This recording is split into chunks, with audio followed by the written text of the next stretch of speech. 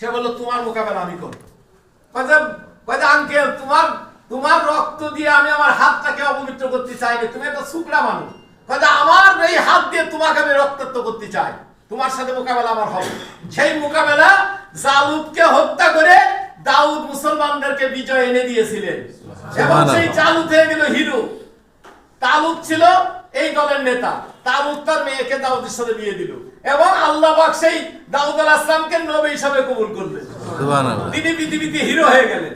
তাহলে আপনি দেখেন, নেতা হয়, নেতা বানালি হয় না। আপনি ধরে ধরে নেতা বানাবেন না, একটু হয়তো সামান্য একটু সামনে নিতে পারেন, ঠেলে ঠেলে, না ঠেলে বসে পড়বে।